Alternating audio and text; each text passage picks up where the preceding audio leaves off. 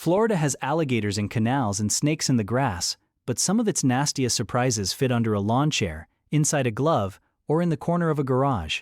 The spider people panic about most may not even be established here.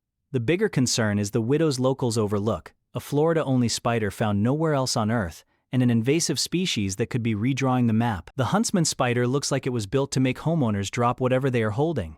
Its body is flat, its legs spread wide, and a large one can look huge when it is parked on a garage wall or racing across a ceiling. What really unnerves people is the speed.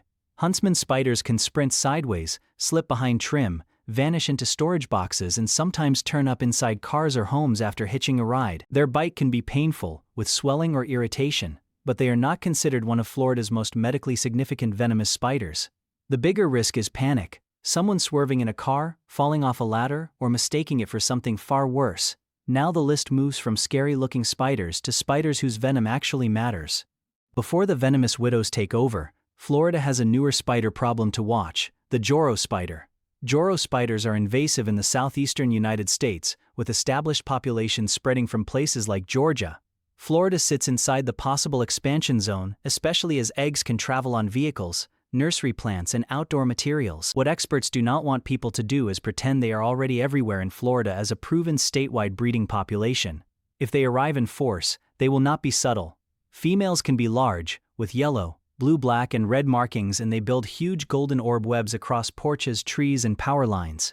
And the next spiders are not just invasive looking, they are already part of Florida's venomous widow problem.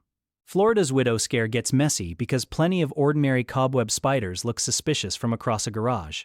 False widows and other bulb-bodied house spiders can be dark, shiny, and tucked into messy webs under patio chairs, shed shelves, grill covers, and pool equipment. From that angle, people see a round abdomen and assume black widow. Some are harmless, some can give a mild bite, but most are not the medically serious widow people imagine. The problem is that guessing gets dangerous in both directions. Panic leads people to misidentify every cobweb spider, while confidence makes others reach into webbed corners barehanded. And if Florida has one spider myth even bigger than widow lookalikes, it is the brown recluse.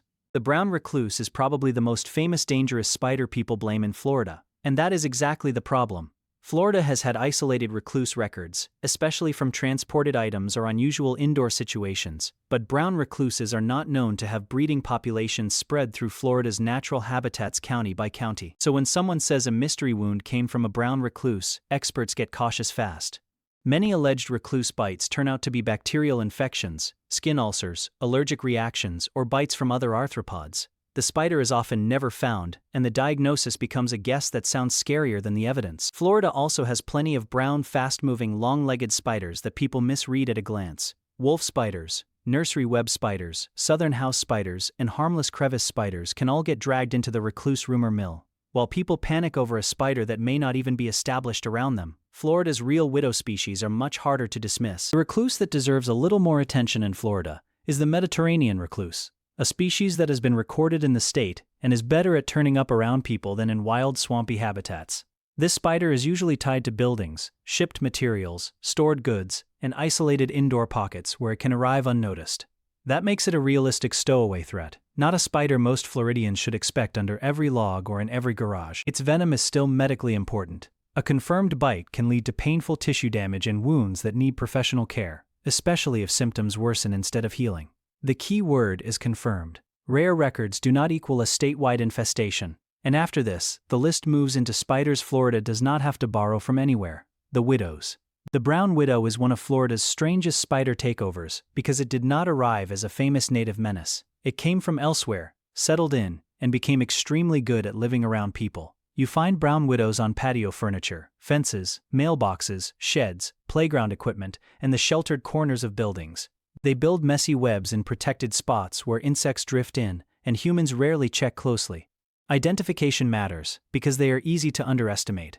The body is usually tan to brown instead of glossy black. The hourglass mark is often orange, and the egg sacs look like tiny spiked balls. That spiky egg sac is one of the fastest clues that you are not looking at a harmless house spider. The bigger Florida story is what they may be doing to black widows. In some areas, brown widows appear to be pushing them out through crowding, faster reproduction, and competition for the same sheltered spaces. So if this invader is rewriting the map, The next question is, what happens to Florida's original venomous icons? The northern black widow is the spider people picture when they hear the word widow, but in Florida it is often overshadowed by the newer brown widow story. It is still one of the state's reported widow species, and it deserves real medical respect. The female is typically dark and glossy, with the classic red hourglass marking underneath, and its venom can cause serious symptoms even when the bite itself is small. A widow bite may bring intense pain, muscle cramping, nausea, sweating, and wider body reactions that can feel frightening fast. Deaths are very rare, especially with modern medical care, but this is not a spider to handle or ignore if symptoms spread. The places to watch are practical: woodpiles, cluttered corners, sheds, garages, stored equipment, and undisturbed outdoor spaces where webs can sit untouched. And in Florida, the black widow story gets even darker, because the better-known widow has an even more infamous southern counterpart. The southern black widow is the Florida widow with the reputation everyone recognizes: a glossy black female, a red hourglass underneath, and venom strong enough to affect the whole body.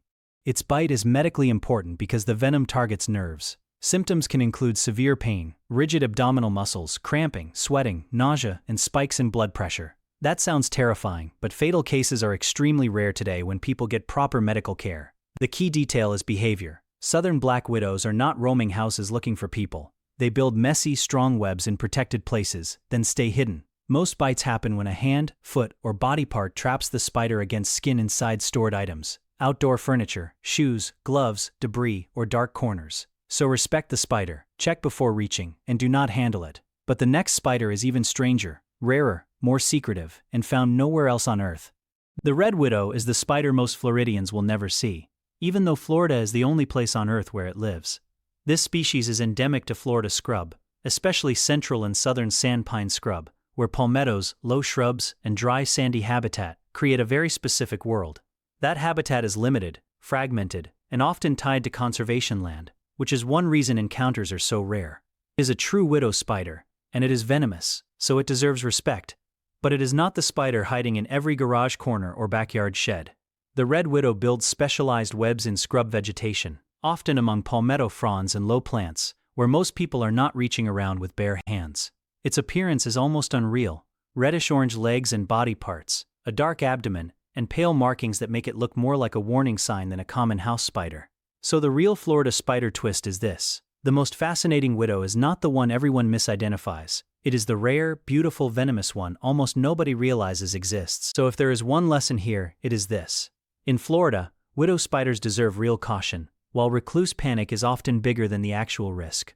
Do not handle unknown spiders. Shake out gloves, shoes, towels, and outdoor gear, and get medical advice if a bite causes severe pain, spreading symptoms, or trouble breathing. Thanks for watching. Write a comment with the Florida spider you have actually seen in person, and if you want more wildlife breakdowns without the hype, like the video and subscribe.